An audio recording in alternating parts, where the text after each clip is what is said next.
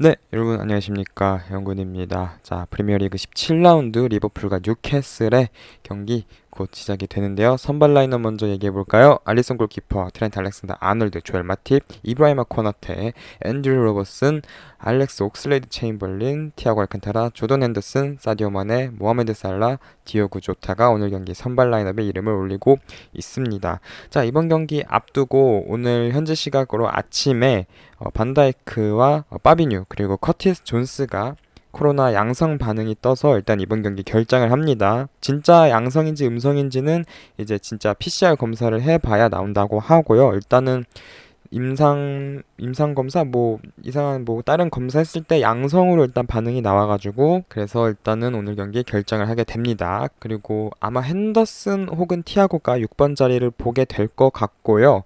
아마 티아고가 아닐까 그런 생각이 드네요. 그리고 커티스 존스는 최근에 이제 눈부상에서 복귀를 해서 훈련을 소화했는데 일단 또 코로나에 걸려가지고 결과 나와봐야 알겠지만 이번 경기도 좀 결장을 하게 되는 그런 불운을 겪게 되었습니다.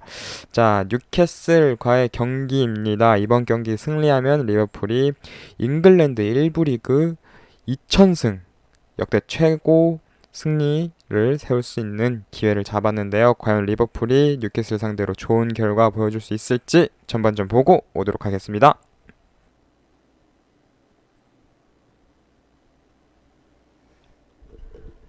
야, 뉴캐슬이 선제골을 넣었습니다. 존조 셸비가 엄청난 중거리 슛을 보여줬어요. 자, 역습 상황에서 결국에는 파비뉴의 부재가 이번 경기에서 좀 드러나는 장면이지 않았나. 이 상황에서 티아고 선수가 측면 크로스를 좀 걷어내는데 그 공간을 커버가 좀 미흡했어요. 예. 아, 근데 너무 잘 찼네요, 존조 실비. 원래 근데 존조 실비가 확실히 그래도 중거리 능력이 항상 있는 선수였기 때문에 자, 일단 골이 들어갔습니다만 상황을 한번 봐야 될 것 같아요. 일단 뉴캐슬 선수 한 명이 넘어져 있는데 일단 뉴캐슬 선수 한 명이 계속 쓰러져 있었어요. 충돌이 있었어가지고 그 상황에서 이제 허둥지둥 됐었고 뉴캐슬 수비는 그리고 그걸 노리고 리버풀은 득점을 만들어냈는데요. 근데 일단은 이 충돌이 뉴캐슬 선수들끼리의 충돌이었거든요. 그냥 진행이 됐고 조타의 득점은 지금 인정이 되는 분위기인데요. 네, 인정이 됐네요.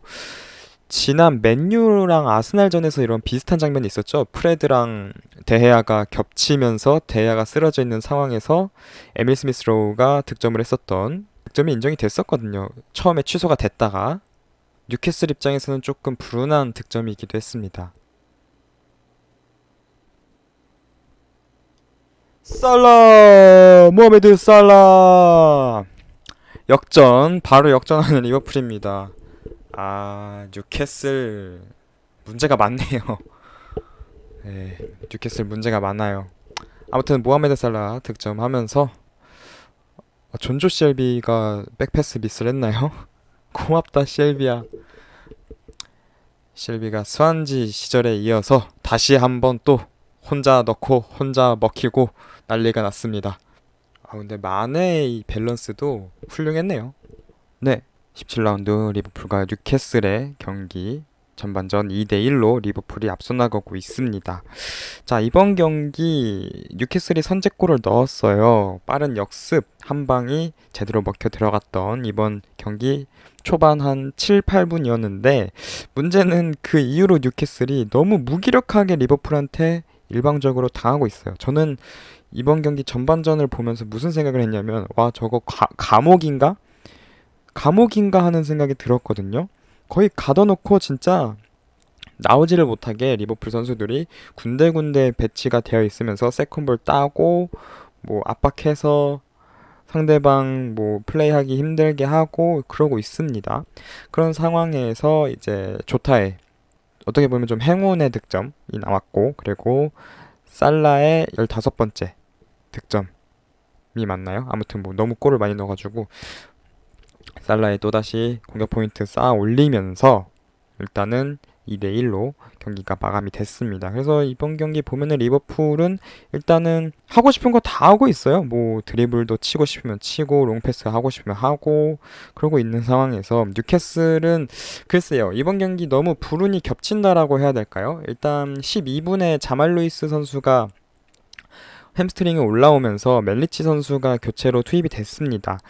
일단 자말 루이스가 뭐 여러모로 경험 면에서는 떨어진다고 하더라도 젊기 때문에 그리고 노리치 시티 시절부터 어쨌든 빠른 레프트백으로 잘 알려져 있었던 선수였기 때문에 살라를 막기에는 그래도 좀 더 용이했을 텐데 멜리치는 비교적 나이도 좀 이제 30대이기 때문에 만 있는 편이고 그렇게 빠른 선수가 아니라서 여러모로 살라를 막는 데 있어서는 아쉬움이 있을 것으로 보입니다. 뭐 전반전에도 꽤 많이 살라를 상대로 고전을 했고요. 뉴캐슬이 이번 경기 4-3-3을 내세웠지만 정확히는 뭐 4-5-4-5-1 이렇게 봐야겠죠. 그래서 양쪽 윙어인 뭐 제이콥 머피 그리고 라이언 프레이저가 좀 더 측면 수비에 적극적으로 가담하면서 오늘 경기 살라와 마네 그리고 아놀드와 로버슨의 그 측면 공간을 일단은 막고는 있는데 잘 안 되고 있는 상황입니다. 그게 효과적으로 막히진 않고 어쨌든 리버풀이 추가 득점, 역전 이후에 추가 득점을 하는 것을 막긴 했습니다만 그게 뭐 뉴캐슬이 잘해서 막았다라는 느낌은 없어요. 그러니까 우리가 이제 정말 수비 잘하는 팀들을 보면서 와 저건 질식 수비다 이렇게 표현을 하는데 글쎄요. 너무 숨 잘 쉬죠. 너무 숨을 잘 쉬고 있는 리버풀이고 그래도 어쨌든 뉴캐슬이 전반 막판에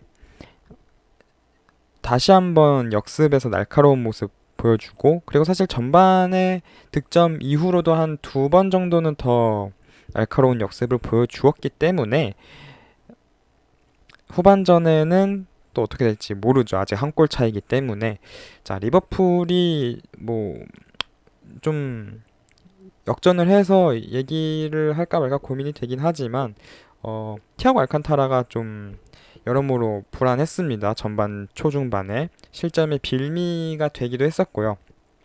또 한 차례 백패스 미스로 이 생막시맹에게 득점 기회를 내줄 뻔했습니다. 그래도 그거 실수 이후로는 꾸준하게 뭐 좋은 활약 보여주고 있거든요. 일단 리버풀이 특이하게 이렇게 잘 풀리고 상대가 조금 약체라서 이렇게 쉽게 풀리는 날에는 후반전 가면은 좀 금방 집중력을 잃더라고요. 그런 경향이 있어서 좀 멘탈 집중력을 마지막 90분까지 좀 잘 유지할 필요가 있겠고 지난 시즌도 사실 리버풀이 힘들게 한 골 넣고 후반 막판에 조일록 선수한테 동점골 얻어 먹으면서 1대1로 비겼었거든요. 이번에는 그런 일이 일어나지 않길 바라면서 후반전 보고 오도록 하겠습니다.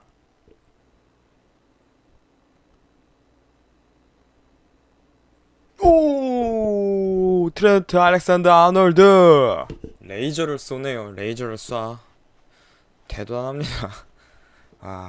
좌측 상단으로 아놀드가 정말 꽂아 넣었어요 그냥. 네, 프리미어리그 17라운드 리버풀과 뉴캐슬 유나이티드의 경기는 3대1로 리버풀이 승리를 거두면서 리버풀이 잉글랜드 1부 리그 최초로 2000승을 달성하는 그 순간이 되었습니다. 자, 뉴캐슬은 전반전에 그렇게 얻어맞고 후반전에도 똑같은 기조를 유지하면서 경기를 했습니다. 그만큼 이제 뉴캐슬의 선수 풀이 너무 제한적이다. 사용할 수 있는 풀이 제한적이다라고 볼 수 있겠고 한편으로는 에디아우 감독이 본머스 시절에 잘 했을 때 이런 스타일의 축구를 하는 감독은 아니었는데 지금 칼럼 윌슨이라든지 라이언 프레이저라든지 본머스 시절에 있던 이 제자들을 데리고 이런 축구를 한다는 게 조금은 아쉬울 수도 있겠다라는 생각이 들어요. 물론 이제 상대가 리버풀이었기 때문에 좀 맞춤 전술일 수도 있지 않았을까 하는 생각은 있는데 아무튼 그런 부분에 있어서 좀 아쉬웠다라는 생각이 들고요. 근데 한편으로는 너무 안 풀리는 경기이기도 했습니다. 뉴캐슬 입장에서는. 왜냐면은 자말 루이스가 일찍 부상 아웃됐고 또 생막시맹도 후반전에 부상을 입으면서 일찍 아웃이 됐거든요. 그래서 칼럼 윌슨이 들어오고 했는데 잘 안 풀렸죠. 결국에 리버풀이 승리를 거두었습니다. 사실 솔직히 말하면은 뉴캐슬의 이 경기력, 저조했던 수비 조직력을 생각하면은 이렇게 3득점만 하고 끝난 게 조금은 아쉽다라는 생각이 들어요. 좀 욕심이 나기 때문에. 근데 어쨌든 뭐 이겼으니까 된 거고요. 한 15분 전쯤에 미리 시작을 했던 첼시와 에버튼 경기에서 1대1로 첼시랑 에버튼이 비겼기 때문에 리버풀 입장에서는 일단은 이번 박싱데이 스타트를 2위 그리고 3위의 이 격차를 벌려 놓으면서 좀 기분 좋게 스타트를 할 수 있었다라고 볼 수 있겠고요. 1위 맨시티와의 격차는 그대로 유지를 하면서 팽팽하게 우승 경쟁을 유지하고 있다라고 볼 수 있겠습니다. 리버풀도 사실 뭐 전반전에 이미 이기고 있었고 좋은 경기력을 보여주고 있었기 때문에 뭐 별다른 변화를 주진 않았고요. 오늘 경기 이제 반다이크라든지 파비뉴라든지 이렇게 코로나 때문에 경기에 나서지 못했던 선수들이 없으니까 사실 실점을 한 거라고 봐요. 왜냐면은 1차적으로 코나테가 생막시맹을 제대로 막지 못했고 그거를 저지하던 그 위치에는 원래 파비뉴가 있었어야 되는데 티아고가 잘못 걷어내가지고 존조 쉘비한테 공이 간 거였으니까요. 그런 부분에 있어서는 반다이크와 파비뉴의 영향력이 초반에는 좀 아쉬웠다. 이 부재가. 이렇게 말할 수 있겠지만 근데 뭐 금방 리버풀 선수들 적응하고 존조 쉘비 리버풀의 영웅, 리버풀의 마법사, 리버풀의 볼드모트, 리버풀의 MB 존조 쉘비가 또 없었더라면 이번 경기 참 힘들게 풀어갔다기보다는 존조 쉘비가 또 골을 넣은 선수라서 좀 지루하게 가지 않았을까 하는 생각이 듭니다. 지난 AC 밀란전에서 코나테가 정말 잘했거든요. 뭐 따로 이제 프리뷰 리뷰를 찍진 않았지만 경기를 보면서 와, 반다이크인가? 라는 생각이 들 정도로 코나테가 이제는 리버풀 축구에 많이 적응을 했다라는 거고 또 체인벌린 또 꾸준하게 좋은 모습 보여주고 있고 케이타도 오늘 경기 교체로 나와서 나쁘지 않은 모습 보여주었고 삐루미누가 드디어 부상에서 복귀를 해가지고 아직은 경기 핏이 다 올라오진 않은 듯 보여요. 근데 어쨌든 뭐 1도움을 기록을 했고요. 아놀드의 이 레이저 슈팅에 대해서 패스를 줬기 때문에 1도움을 기록을 했고 아놀드는 대단하네요. 그 슈팅은 뭐 아놀드가